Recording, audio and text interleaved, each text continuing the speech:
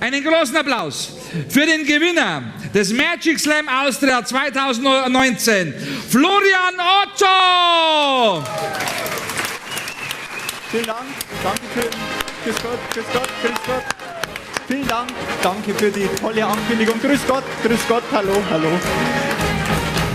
Ja, grüß Gott beieinander, grüß Gott, hallo, grüß Gott, servus, hallo, ja. Servus, grüß euch, einen wunderschönen guten Abend, Herrschaften. Wahnsinn, die Bude ist brechend voll, da wird sogar durchs Schaufenster nur einer geschaut. Ja, das sind die Leute, die keinen Eintritt zahlen wollen, aber gut. Ihr habt es alle gehört, Herrschaften, mein Name ist Florian Otto. Ich bin Zauberkünstler, Magier, wie auch immer man das bezeichnen möchte. Und ich freue mich in Niederösterreich, in Bodenmais dabei sein zu dürfen. Und ja, das, was ich mache, nennt sich grundsätzlich weiß-blaue Zauberkunst. Jetzt fragt sich der ein oder andere Skeptiker unter euch. Das sind die Leute, die jetzt während meiner ganzen Zaubershow so da sitzen, so wie das Exemplar hier vorne. Ja, das sind die Skeptiker. Du fragst dich jetzt, sag einmal, weiß-blaue Zauberkunst, was ist denn das? Was muss ich mir da drunter vorstellen? Jeder von euch hat schon mal einen Zauberer gesehen. Egal ob im Fernsehen, auf der Bühne, vielleicht sogar in Las Vegas. Aber was zum Teufel ist weiß-blaue Zauberkunst? Naja, man nennt mich in der magischen Szene auch das bayerische Schmankerl unter den Zauberkünstlern. Ich habe extra weiß-blaues Konfetti geschmissen, keine Kosten und Mühen gescheut, heute hier in Köln. Und jetzt, bevor wir jetzt mit dieser 3,5-stündigen Zaubershow starten, die ich heute für euch vorbereitet habe, muss ich ganz ehrlich sagen, ich finde, garderobenmäßig habe ich mich ein bisschen vergriffen. Oder Wolfi, passt nicht so.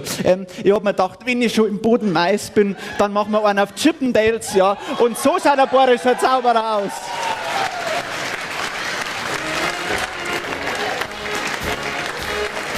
So, ich kann das leider nicht so gut wie ihr, aber ich gebe trotzdem mein Bestes. Ja. Also wir werden jetzt ein bisschen gemeinsam zaubern und wir starten mit einer Geschichte übers Münchner Oktoberfest, über die Münchner Wiesn, denn ich bin als bayerischer Zauberkünstler natürlich ein großer Fan vom Oktoberfest, ein großer Fan von der Wiesn. Ich habe sogar im Jahr 2011 die deutschen Jugendmeisterschaften der Zauberkunst gewonnen mit einer Nummer, die hieß Zauberhaftes Oktoberfest. Das war eine Zaubernummer rund um die Münchner Wiesn mit Bier, Händel, Australier, alles was zur Wiesn dazugehört.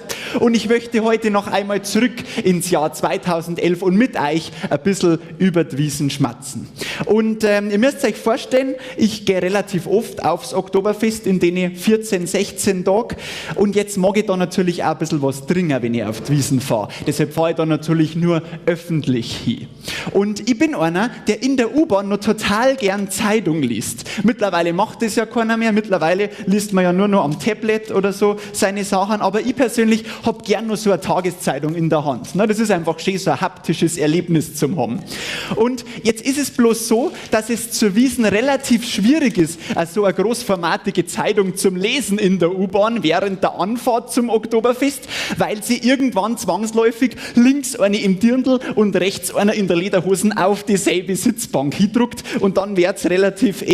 Jetzt habe ich da aber als bayerischer Zauberer ein ganz schlaues System entwickelt, Herrschaften, wie ich meine Zeitung in der U-Bahn trotzdem geschmeidig lesen kann. Aufpassen! Ich verkleinere es einfach auf die Hälfte des Formats. Ja, du musst erst mal drauf kommen, gell? Und das Tolle ist, Herrschaften, das kann ich bei Bedarf sogar nochmal machen. Kommt ganz drauf, ob es zugeht. Klar, ich kann es ja noch genauso gut lesen, ich muss bloß öfter umbladeln, gell? Ja, ich habe noch viel schlechtere Gags und ich werde es alle machen, heute in meiner 6,5-stündigen Zaubershow hier in Kiel. Und jetzt müsst ihr euch vorstellen, wenn dann so ein recht fesch Madel neben mir sitzt in der U-Bahn, so im feschen Dirndl mit einem feschen Balkon, schöne Geranien und so weiter, dann kann es schon mal sein, dass ich zu ihr sage, da schau her, kriegst auch was zum Lesen. Ja. So habe ich bis jetzt noch jede gekriegt. Ja. Und wenn ich dann aus der U-Bahn aussteige, dann sehe ich wieder, wie praktisch das tatsächlich ist, Zauberer zum sein.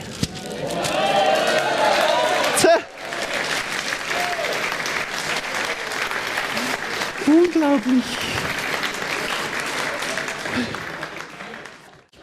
Ihr dürft ruhig während dieser 11,5-stündigen Zaubershow vor, nach und während den einzelnen Zaubertricks immer wieder spontan euer Faust in die Luft schmeißen und ganz laut unfassbar schreien. Dann kriegen wir nämlich so eine gewisse Situationskomik in den Saal und dann haben wir heute im Bodenmais eine Riesengaudi, Herrschaften.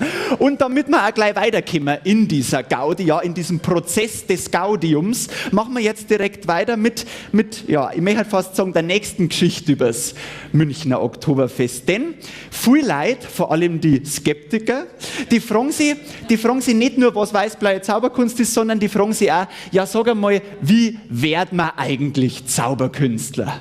Wie kommt man da dazu? Ich persönlich komme von Ebersberg, das ist im Münchner Osten, und bei uns am Land, da geht man als kleiner Bub vielleicht zum Fußballspielen, zu den Sportschützen, zu den Trachtler, irgend sowas. Aber Zaubern ist ja schon eher ein außergewöhnlicheres Hobby. Und aus diesem Grund möchte ich euch jetzt sagen, wie ich Zauberer geworden bin, wie ich, Florian Otto, in dieses Glitzer-Glamour-Show-Business gestartet bin, anhand eines ganz besonderen Zaubertricks. Es ist nämlich nicht nur ein Zaubertrick, den ich euch jetzt sage, nein, es ist gleichzeitig der allererste Zaubertrick, den ich gelernt habe. Ja, und den Ekstase, ja. Und den zeige ich euch jetzt. Ihr müsst euch vorstellen, ich war damals 7 Jahre alt, war mit meiner Oma Elfriede am Münchner, ja, Elfriede, die heißt wirklich so, am Münchner Oktoberfest. Und damals gab es auch schon immer so einen Zauberer auf der Wiesn. Und dieser Wiesenzauberer, der hat mich mit seinen Seile immer unglaublich verblüfft. Und das Tolle war, dass ich diese Seile dann sogar kaufen durfte. Und für 10 Reichsmark bekam ich ein Bündel Seile und eine Anleitung. Daheim habe ich mich natürlich total gefreut, meinen ersten Zaubertrick zum Lernen, war total gespannt und wollte auch gleich anfangen. Und dann ist mir wieder eingefallen. Ein Zauberer verrät natürlich niemals einen Trick.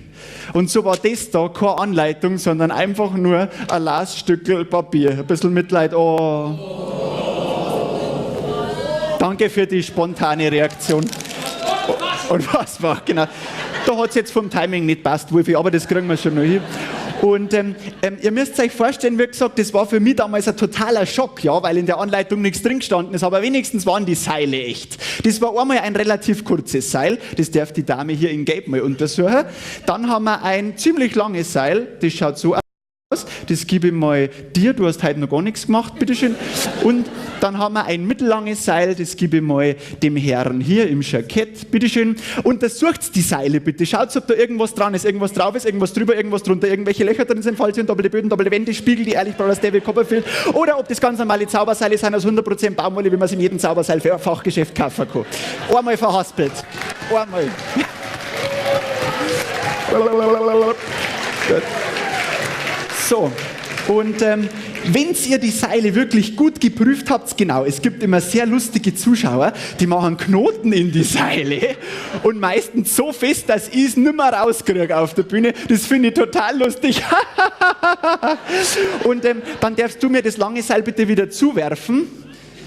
Oh, es ist verschwunden, ja. Dankeschön, sehr schön. Das war schon mal der sportliche Teil des Programms. Dann das kurze zu mir schmeißen bei 3. Super, passt. Und dann haben wir das mittellange Seil, 1, 2, 3, hepp, jawohl, sehr schön. Sportlicher wird's heute nicht mehr, mein Job für heute ist erledigt. Und wenn wir diese 3 Seile jetzt so nebeneinander halten, Herrschaften, sehen wir auch nochmal deutlich diese Abstufung. Kurzes, mittellanges und langes Seil. Nochmal für die Kamera 1. Und das ist auch schon wieder ein bisschen komisch, weil diese Seile von dem Zauberer auf dem Münchner Oktoberfest, die waren normalerweise immer ziemlich gleich lang. Ihr dürft ruhig seinen lässigen Zwischenapplaus einwerfen, da hätte jetzt nichts dagegen. 1, 2 und 3 fast gleich lang. Na gut, ich habe mich dann damals als 7-jähriger Bub einfach dazu entschieden, mir das Zaubern selbst beizubringen, aber erstmal nur mit 2 Seilen, mit denen ist es ein bisschen einfacher wie mit 3. Wolfi, pass mir bitte drauf auf. Ja, nicht essen, nur aufpassen. Gell? Und wobei, also mit 2 Seilen ist einfacher wie mit 3, wobei es rein theoretisch mit nur einem Seil am allereinfachsten war.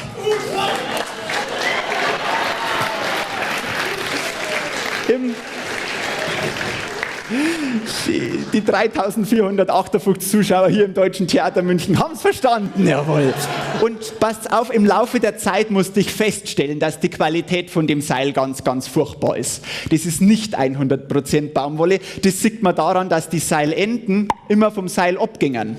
Und das ist natürlich schlecht, wenn das passiert. Moment, weil wenn das passiert, dann hat man ja einmal die Seilenden, also Seilanfang und Seilende und ein Seil ohne Enden, also ein Seilring. Und jeder normale Mensch weiß ja auch, dass man einen Seilring, also einen Seil ohne Enden, keinen Knoten reinkriegt, aber auch nicht mehr raus. Moment, jetzt haben wir Wiesenbrezen, das ist eigentlich auch ganz schön. Passt auf, Moment, spart euch die Standing Ovations für ganz zum Schluss auf, weil wir haben einen Seilring, wir haben einen Knoten, wir haben einen Seilanfang, ein Seilende und ein bisschen unfassbare Magie. Und schon kann ich diesen Knoten auch wieder vom Seil lösen. Vielen Dank.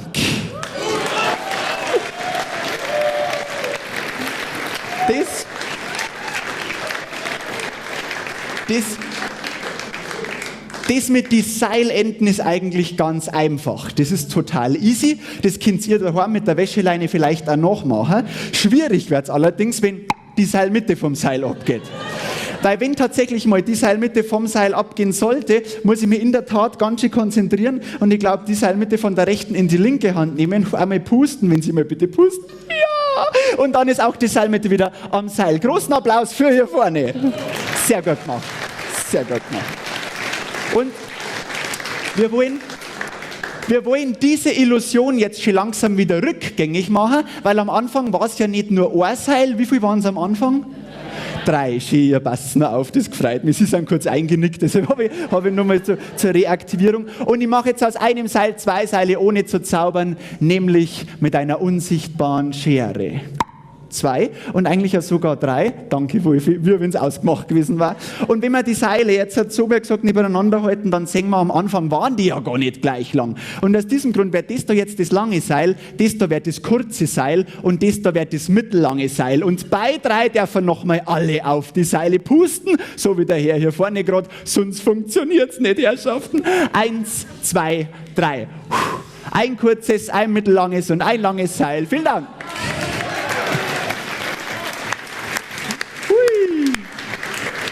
Ich glaube, bei dir war, glaube ich, das lange, gell? Bitteschön. Die Dame hat das kurze, glaube ich, gehabt, gell? Sie das mittellange. Diese Seile dürft ihr mit nach Hause nehmen, als Erinnerung an diesen unfassbaren Abend. Und vielleicht könnt ihr es im Schlafzimmer brauchen. Und vielen Dank.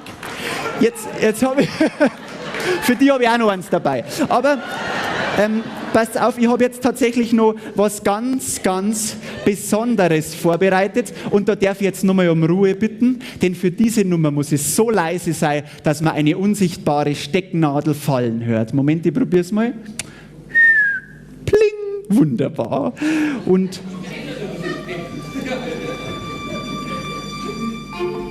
als bayerischer Zauberkünstler bin ich nämlich auch ein großer Fan von König Ludwig II. Der war ja hauptsächlich als prächtiger Schlossbauherr bekannt. Ja, für solche Bauten wie Schloss Linderhof, Schloss Herrenchiemsee und natürlich Schloss Neuschwanstein. Viele haben behauptet, König Ludwig II. Sei nicht ganz sauber und für andere war er schlicht und einfach der Märchenkönig.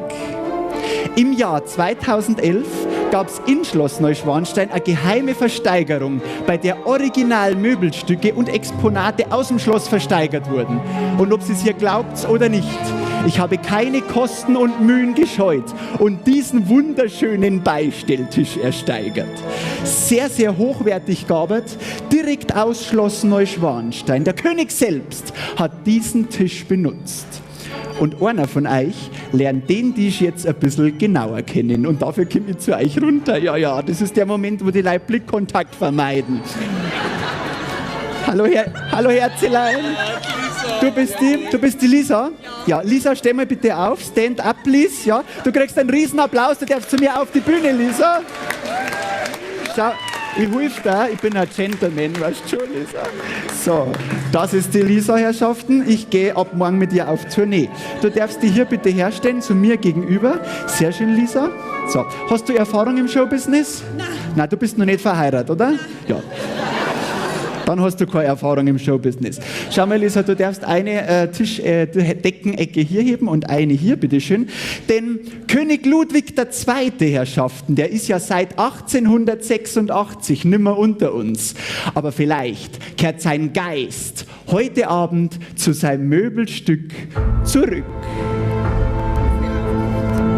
Ja, Lisa, aber das legt sie mit der Zeit. Are you ready?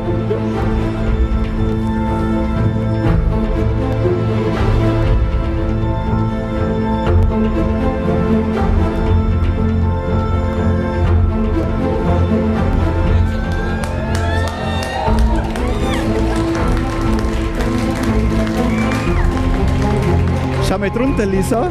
Guck, guck und loslassen, bitte.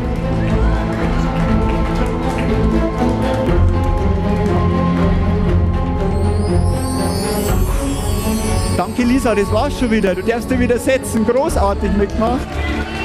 Die Lisa.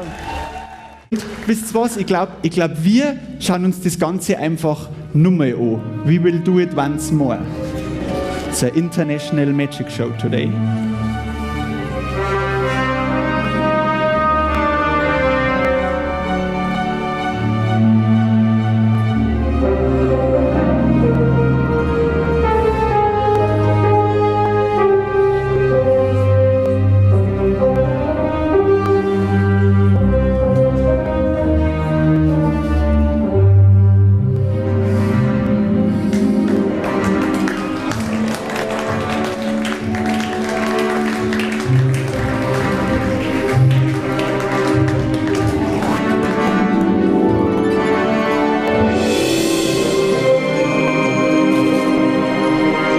Ludwig II., King Louis II.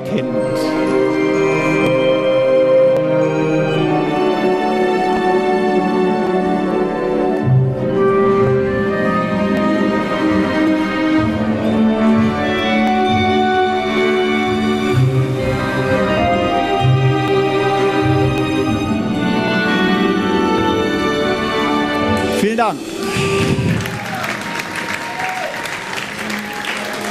Vielen Dank.